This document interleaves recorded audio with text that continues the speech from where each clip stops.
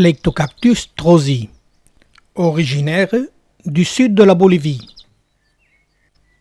de la région de Tarija. Elle pousse à 1750 mètres d'altitude. Cette plante, de culture facile, sans problème, va nous résumer dans son ensemble la culture des cactés. La floraison de l'espèce type est peu abondante. Les boutons, dès leur apparition, ne passent pas inaperçus sur cette toison de fins aiguillons blancs.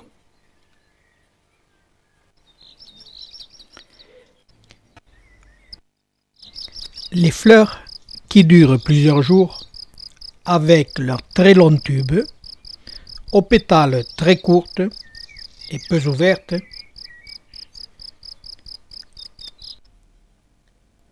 aux pistils très colorés dépassant de la corolle, sont très curieuses.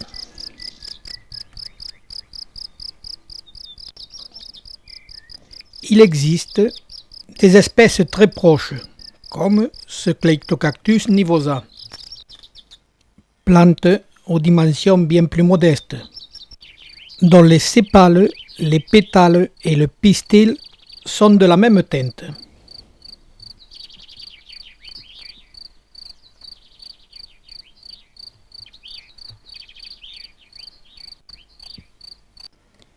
Cleitocactus trozi, variété jujuensis, ou Cleitocactus jujuensis. Celui-ci a un diamètre plus petit et des aiguillons centraux colorés. La plante est bien plus florifère. Elle est aussi bien plus grande. Elle atteint facilement les 2 mètres. Si nous mettons côte à côte la variété jujuensis ainsi que l'espèce type, l'on voit très bien la différence. Ce qui nous donne les différentes appellations.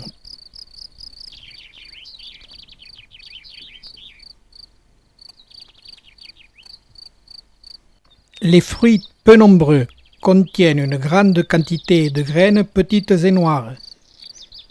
Il existe aussi la plante en crustation, qui est très spectaculaire.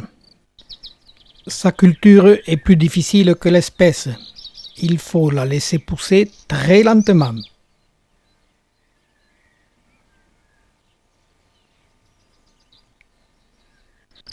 Le Cleitocactus trozi, très mauvais porte-greffe pour l'ensemble des cactacées, s'avère pour les Gymnocalcium mianovici rubra un excellent porte-greffe.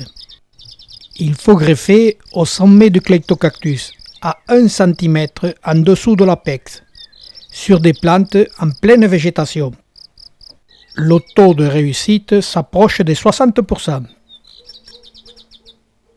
L'ensemble est spectaculaire et durable. Ce Cleitocactus trozi a plus de 40 ans, a un diamètre de 8 cm et plusieurs tiges.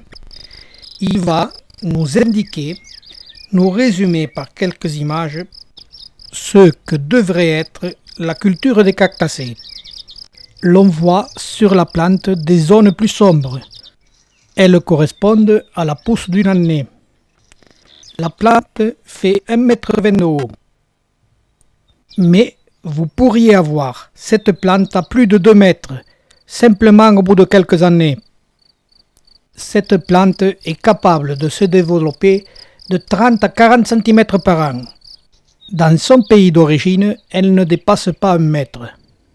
Que se passe-t-il? Pourquoi cette différence?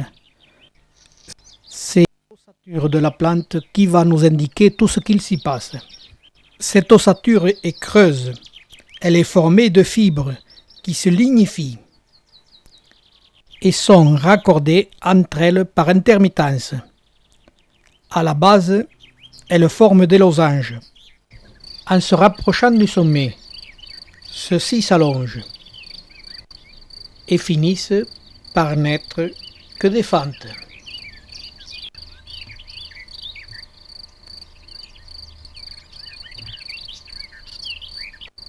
et au sommet, notre plante sera moins lignifiée et bien plus souple.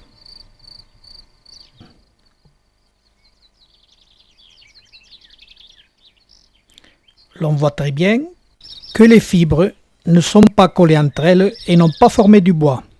À la base, le bois et les losanges sont formés. Au sommet, pas du tout.